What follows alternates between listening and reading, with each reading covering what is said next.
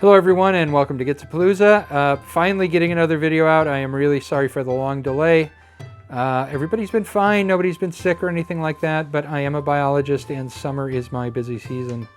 So I spend a lot of time outdoors for really long days that involve lots of driving. When I get home I am tired. And also Carl, who has been my typical opponent because he's a prisoner in my house, being my son, has gotten a job and he's gone a lot, and Alec, my other prisoner opponent, also has an intermittent job, so we just haven't had the opportunity to do it. So today I brought in a prisoner. Tyler, say hi, Tyler. Hello. Tyler is bringing his monks, one of my absolute favorite factions. I'm lying, I hate monks. I do love peasants though, so he's also got a really cool peasant list that I love to fight against because it's challenging, it's fun, and it's interesting, and it's different. But today we're doing the monks, and I am going to be doing, where'd they go? There we go. I'm doing another bakemono summoning list. However, we're only doing 70 rice today, so it's kind of fun because we're both starting really small. The amazing thing is at 70 rice, we have the same number of figures out of the gate. So I do have a few points in cards, but frankly not all that many. But there we go. He gets, for 70 rice, he gets several 4-dice models, and I get a bunch of 2-dice models. So there we go. We will, so I'll be back, or yeah, you got a couple of 4-dice models, don't you? One? Just one. Just one. Okay, so maybe not. I see peasants over there. I see a kami. Should be interesting. So not the typical, million dice list, which I like because it depresses me to only be running lists with not so many dice. That's about it. So this is Seikyu. So this is out of the newest tournament pack. This is for the one that Jason put up. That is for final review. This is not a complicated scenario. You've got 3 4-inch diameter zones of control in the center of the board. They're neutral, so they're worth 2 points, 2 scenario points each if you own them. You own them by having more models and more rice in models. You score victory points based on who's got the most scenario points at the end of turns 2, 4, and 6. It is a 6-turn game. And we reset the scenario points after you score. So you get a fresh start. So that's about where we are. I will be back in a moment with the lists, and then we will get on to playing the game.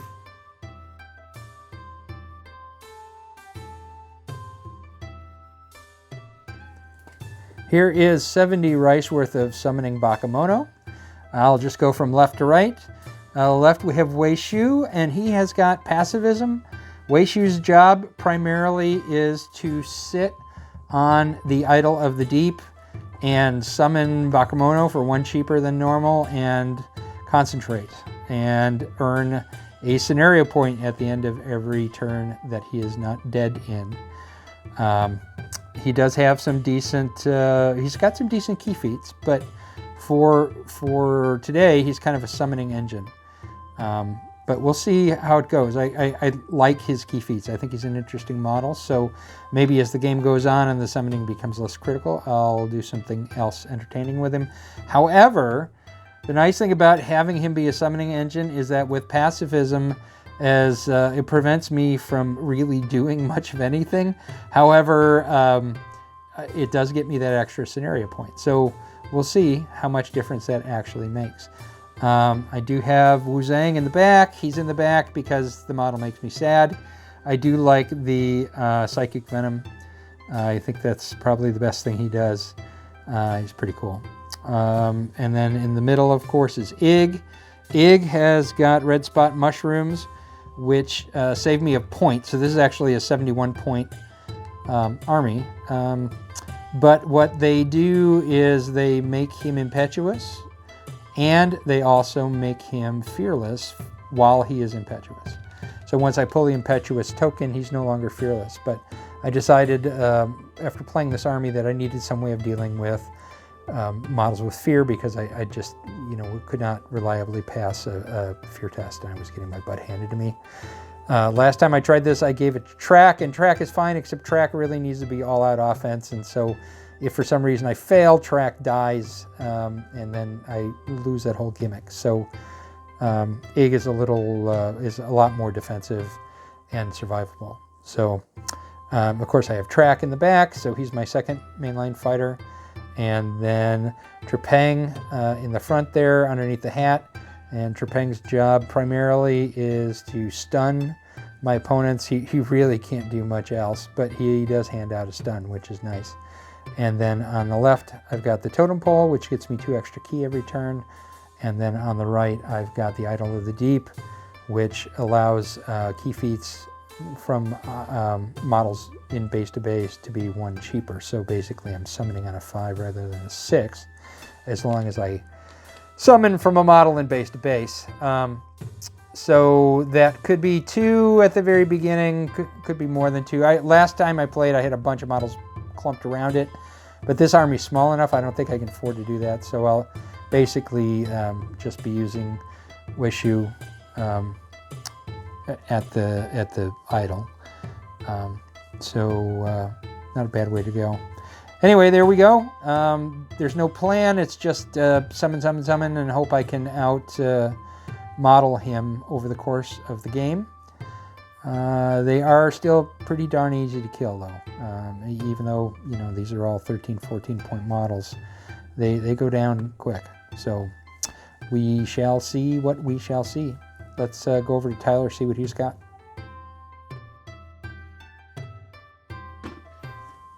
Okay, so I'm running Grey Pilgrim. I'm running Seiji with Master Pole upgrade.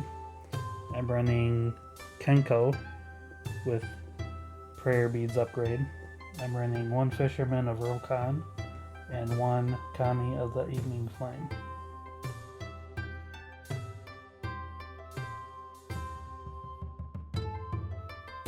All right, we're just about to do our roll for deployment. I just wanted to show you, so there is my Idol of the Deep right here, so that I can deploy Wei Shu up against it, so I don't have to move into it. And then the totem pole really has to be put in the middle of the table. I don't have a lot of leeway. It's got to be 3 inches from the center. So that basically means put it on the edge of one of the zones of control, or in a line across there. So I just put it in the middle, so it's useful. And that's about it. So we're going to roll for deployment. So I have one. I have oh no, that's only for. Yeah, that is for deployment. So I have Scout 1. So I get to roll an extra die. I too have Scout 1. Okay, so we both get to roll an extra die. Or they cancel. Either way. So I have a 4, Tyler has a 5. No, I have a 5, he has a 5. So we roll again.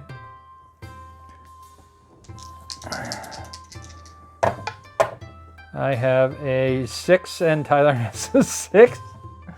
So we roll again. There we go. All right, Tyler wins the deployment roll. Do you want me to deploy first, or do you want to do it? All right, I will be deploying first, and then we'll be right back. We are deployed. So Tyler made me go first. So I pretty much just did student body right.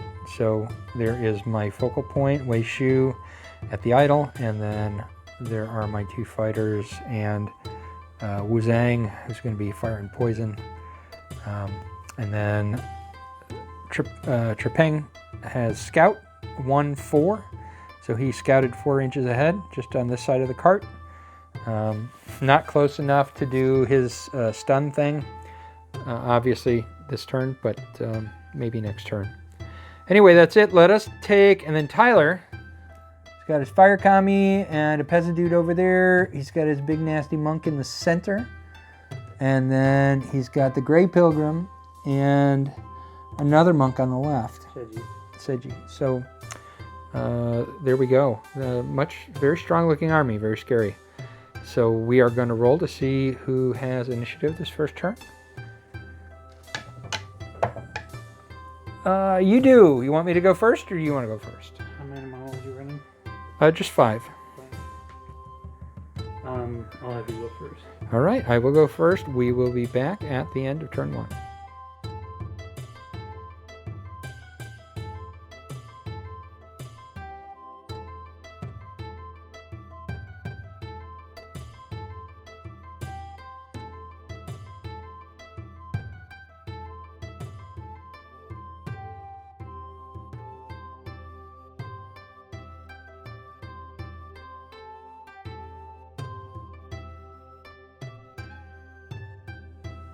End of turn 1. Nobody was hurt. There was a lot of archery that didn't amount to much. There was some summoning, and that's pretty much where we are. So let's take a look.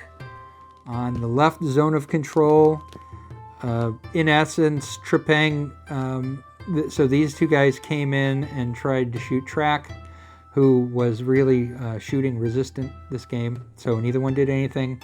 And then Trepang ran over there, and then I used Trepang to summon in one of my raiders so that I could contest that objective. In the center, Track just sucked up all kinds of archery and fireballs and everything else, but survived unscathed. So I used him at some point to summon in the other raider who is standing protecting the totem pole, which is worth 2 ki to me every turn. And they actually own that little objective there because the Gray Pilgrim didn't get all the way on. So I get 2 points for that. Nobody gets 2 points for that. And then the monk ran over, and Seikyu, I think is this one, ran over and took that uncontested. So there's 2 points for the monks on that one. So 2 for me, 2 for them. And then I'm just getting myself into position. Some of my support guys are a lot more exposed than I'd like them to be, but I thought I would play this differently. The last time I just kind of huddled and summoned the crap out of things, and I wanted to try to actually contest some of these objectives early. So anyway, Ig and Wu Zhang are back here, and then back here unmolested is Wei Shu, and by being unmolested and not doing anything interesting, he just focused. I picked up 3 more ki, which is good because I blew all of my 12 ki in the first turn on 2 summonings. So that's what Wei Shu did. And also the other advantage to keeping him focusing is the fact that I don't accidentally have him do something that's going to cause me to lose the pacifism card. So in the end, I get 2 points, 2 scenario points for owning that. Tyler gets 2 scenario points for owning that, and I get 1 more scenario point for Wei Shu being a pacifist. So, slight advantage to me, 3 points to 2. We'll see where things go from here. I think it's going to get ugly is what I think.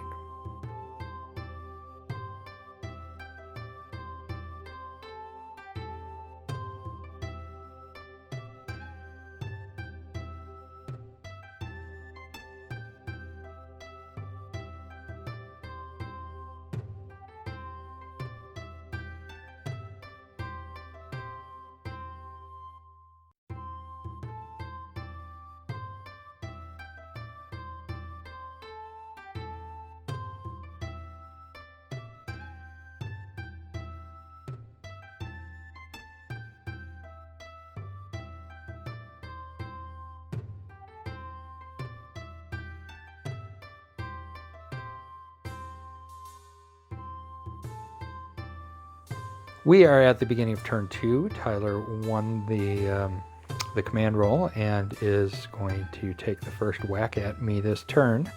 As you can see, everybody is in the middle of the table whacking away at each other. Should be very fun and entertaining. Tyler, what do you think? How do you feel about it? I think I'm going to get overswarmed. He thinks he's going to get overswarmed. He might. I have a fair amount of ki. I have enough ki for 2 normal summons and 1 from the rear if I want, or 2 normal summons and 5 to blow on upgrades and, you know, whatever I want to spend it on. So we'll see. You know, a lot depends on how the bakemono hold up. They're one shot. All the bakemono are one-shottable with the possible exception of Ig. I mean, you can one-shot anything, but I mean easily one-shottable with the possible exception of Ig. So I think a lot is going to depend on how my bakemono hold up. I spend a lot of time early game rolling lots of defensive dice until I can get a situation where I can actually do something offensive usually. But sometimes that works great, and sometimes it doesn't work so great. Playing Carl's Ito clan. Oh my God, he was killing a bakemono with swing.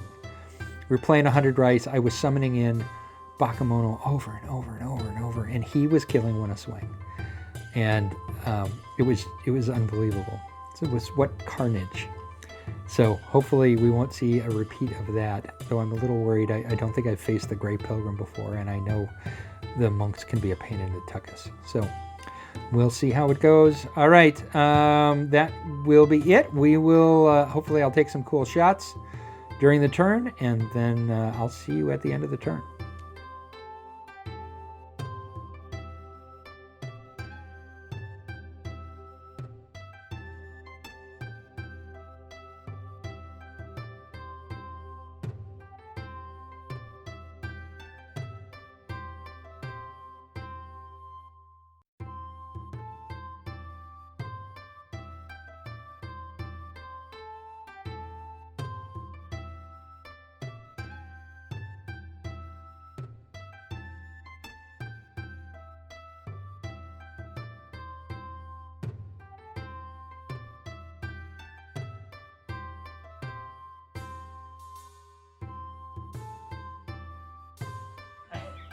All right, so here we are at the end of turn 2. We are calling it because things snowballed pretty quickly. As you can see, there are just a crap ton. I was able to pull, I think, 2 bakemono every turn, and the better ones. The nice thing is you can keep summoning in the good ones. So the Raiders, I think, are by far the best horde bakemono that you can pull in. They're very defensive, and with this army, I do a lot of defensive rolling, especially at the beginning of the game. And then I have to wait for the situation to be just right before I start, actually killing models. I also like the beaters. The beaters are probably the second best. I never get around to summoning them, but the archers are pretty. You can do some nasty things with the archers. So maybe I'll make a point of summoning those in just for a change. Anyway, so what happened is mainly over here is I got about 5 bakemono on the fisherman and the fire kami, and of course the fire kami was dealing out fire damage to everything that touched it. So I had to be careful to split it up, but I managed to get 2 models on it that did a point of damage each and killed the fire colony. And then Track over here, the fisherman was engaged with Trepang, and Track kind of walked around and just beat the snot out of the fisherman. So that cleared out the 2 models here. And remember, Tyler only got 5 models to start with, as I did. So 2 model swing, even if they're 2 relatively weak models, is actually a really big deal. And then I got lucky, basically is the only way to put it. That beater right there sucked up a lot of attacks, missile attacks, and is still alive and kicking. And then the Kenko was holding the middle, and Kenko was a formidable monk. However, Kenko got tired eventually, and then I had 1 activation with these 2 fighters. One of them was a beater. Sorry for the blurry screen right there. And then, of course, Ig. And I walked into him with beater, and I walked into him with Ig, and managed to get him down to 1 wound. And then Wu Zhang did the poison thing and shot him and took care of the last one. So with that, including losing the 21-point Kenko, even though he's got a couple of models left, there was probably, the end result was a foregone conclusion. And here at Gitsapalooza, we don't believe in beating a dog to death after it's already been dead. So I screwed up that saying. What did I say? Beating a dead horse? That is beating a dead horse. There we go. But it was interesting. Tyler hadn't seen my summoning list before. He wants to try it again. When you get a list like this, that kind of, it was really interesting because it was kind of a slow roll, and then all of a sudden, all the dice, it went. I had some lucky rolls, especially when it came to the damage, and all of a sudden things just kind of flipped, and it went from being very questionable to being overwhelming. Normally I don't like posting a video that where we don't get to finish the game or get it anywhere near finishing the game. However, I think this is fairly instructional. I am getting better at running this army. I am less likely to do stupid things than I have been in the past. And this guy, so this would have been, as things stand, this would have been a draw for the first victory point, except for the 2 victory points that Wei Shu has earned for me in the first 2 turns would have allowed me to actually, no, it would have swung it completely. Tyler would have gotten the first victory point if it wasn't for Wei Shu with the pacifism earning 2 scenario points over the course of the first 2 turns. So while he is an expensive model, he does generate an extra 3 key if I use him to focus, and he generates an extra scenario point a turn, and that can make the difference, especially in a close game. So anyway, so that's where we are. I haven't been able to see Tyler a lot because of COVID. Tyler just tested negative, so we're excited about that. However, we're both still wearing masks because I could be a disease carrier, who knows. So we're not taking any chances. Tyler, why don't you tell me a little bit about your game? I love having a really beautifully painted army on the table. It was cool to see some models I don't see a lot. So what do you think? You have a really good list. They breed faster than I can kill them. Yeah, I just got swarmed. That's pretty much it. There wasn't much I could do. Yeah, no, good game. Yep, it was fun, and it was, of course, it's always fun when you win, so I didn't sound like a jerk about that. But I didn't see Tyler make any mistakes. It was just, if you keep adding and adding and adding, eventually things roll. And you guys have seen this army before, and some of the games go a long time before the difference gets overwhelming. And this is actually the first game with this army that I've played where usually what happens is I summon in 1,000,000 bakemono and my opponent kills 750,000 bakemono. And then it's the 1 or 2 that I have barely enough key to summon at the end of the game that make the difference. This is the first time that the early kind of horde, when I had lots and lots of figures, actually was the one that won the game. So it'll be, so Tyler's got an army he wants to take against this.